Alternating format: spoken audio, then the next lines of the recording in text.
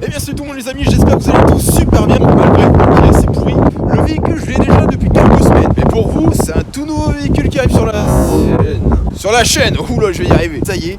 Mon nouveau daily et franchement vous êtes vraiment pas prêts. Alors pas prêts, pas forcément parce que c'est puissant de ouf et non ça n'a rien à voir, c'est que vous allez être vachement surpris. Il faut savoir que cette voiture, de base je suis pas vraiment fan et quand je l'ai vue, je sais pas, je suis tombé amoureux. Je me suis dit, ça ferait vraiment un daily parfait. Clairement, j'ai craqué. Parce qu'honnêtement, en fait, j'ai fait une vraie affaire. Et sur ce coup-là, je me suis vraiment pas loupé. Et puis, au final, je regrette pas du tout mon achat. Mais avant de vous montrer le véhicule, je vais vous dire quelques tips, quelques indices sur le modèle qui est juste en face de moi ici. C'est un moteur 2 litres, ça fait 138 chevaux et c'est en boîte automatique. Ah bah non, c'est pas une S16 parce que ça n'existe pas en boîte automatique. Mais qu'est-ce qui peut bien faire 2 litres, 138 chevaux mais en boîte automatique? Et là, je vous ai piégé. Pourquoi? Parce qu'en fait, ce n'est pas un essence, c'est un mazout. Eh ouais les gars, c'est un 2 litres mazout. Bon allez, j'arrête de vous faire chier avec ça.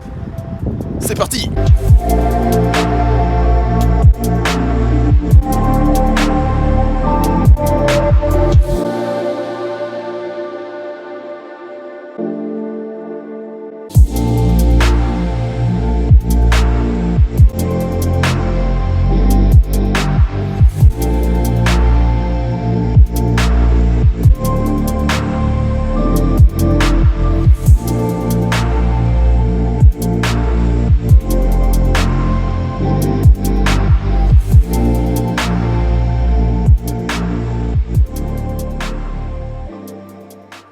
Alors les amis, je vous présente mon tout nouveau daily.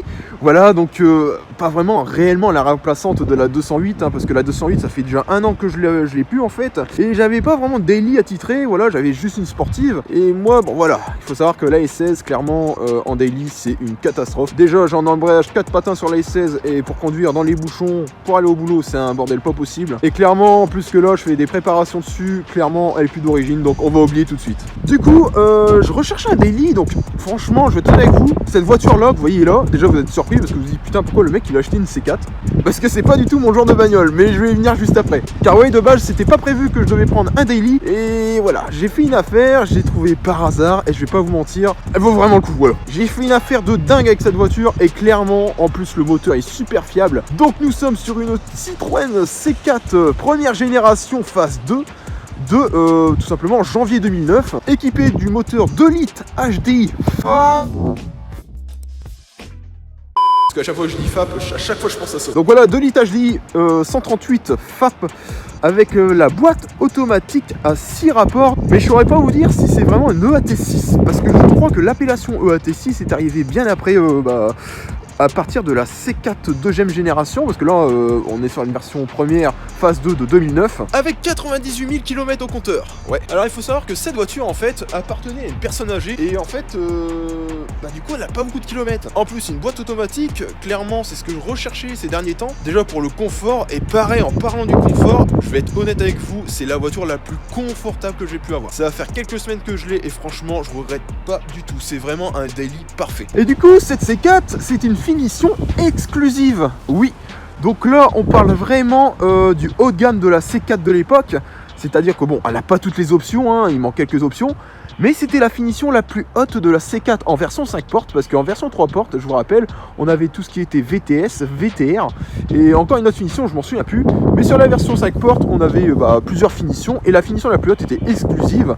Et on avait également ces barrettes chromées ici, les poignées de porte gris, ainsi que des petits détails, ainsi que ces magnifiques jantes en 17 pouces. Et je vais être honnête avec vous, waouh, elles sont magnifiques, je sais pas pourquoi, je trouve ça magnifique. Parce que ouais, une C4 c'est considéré comme une voiture de vieux. Et c'est pour ça qu'en début de vidéo, je vous ai dit que vous allez être choqués. Parce que oui, un jour je m'aurais jamais imaginé conduire une Citroën C4, enfin posséder une Citroën C4. Encore sur les versions 3 portes c'était différent, parce que sur les versions 3 portes c'était coupé du coup, on avait carrément une ligne coupée et là il y avait beaucoup de jeunes qui conduisaient ça. Et là oui, aujourd'hui je vous présente mon nouveau daily, cette Citroën C4 5 portes édition exclusive avec le DTHI 138 boîte automatique. Bon, là vous avez déjà eu la présentation globale de la voiture en théorie, je vous ai vraiment montré tout. On va faire un petit tour à l'intérieur et franchement vous allez être vraiment pas déçus.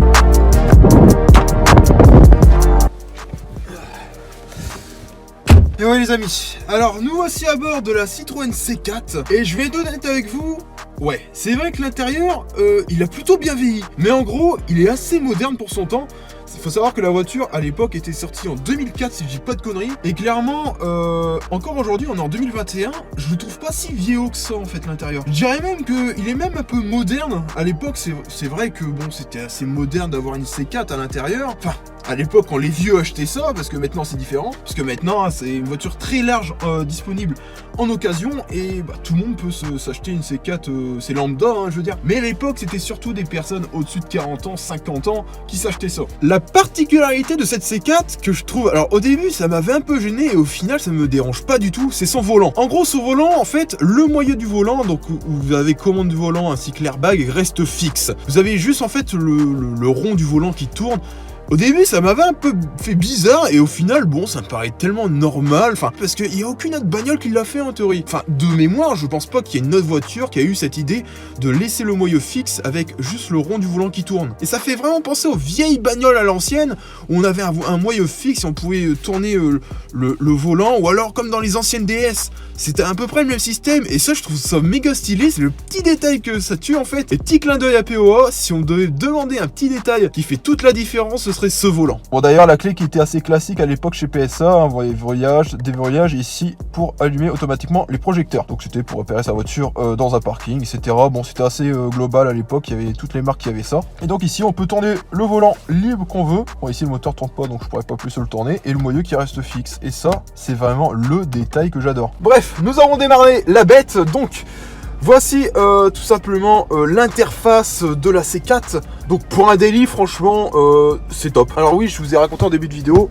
ces sièges là, c'est du flambi, c'est un canapé. Ils sont putain de confortables. Alors ils sont pas baqués, hein, les gars, on reste sur des Citroën quand même.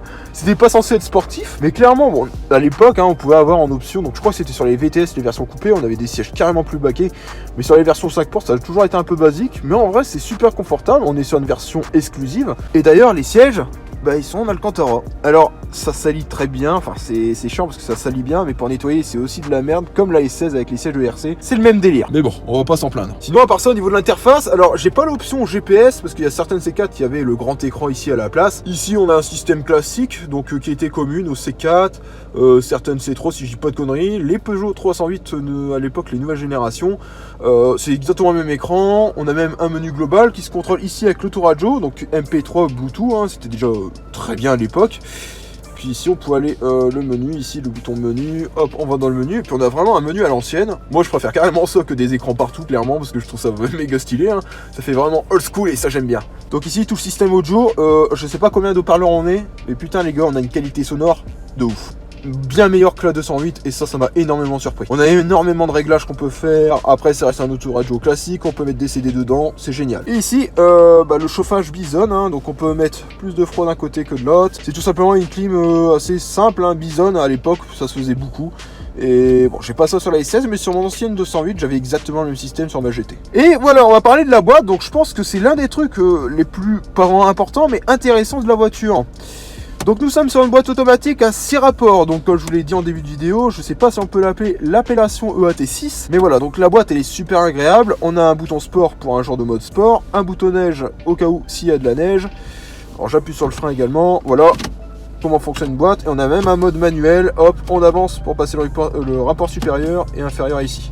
Je vais repasser en drive et mettre en parc. Voilà. Et d'ailleurs, cette boîte, elle a plein de modes. Franchement, on met le mode sport en mode manuel. J'étais vachement surpris. Pourtant, c'est pas de souvenir du double embrayage. Alors, si je me trompe, j'attends qu'il y a les fans Citroën qui viennent m'en parler. Mais honnêtement, la boîte est super douce. En conduite, en daily, franchement, c'est un régal. Alors, entre ça et le confort des sièges, rien à dire. Mais sinon, avec le mode sport, bon, on reste sur un 2 litres 138, donc c'est assez coupleux. On met le bouton S et on passe en mode manuel.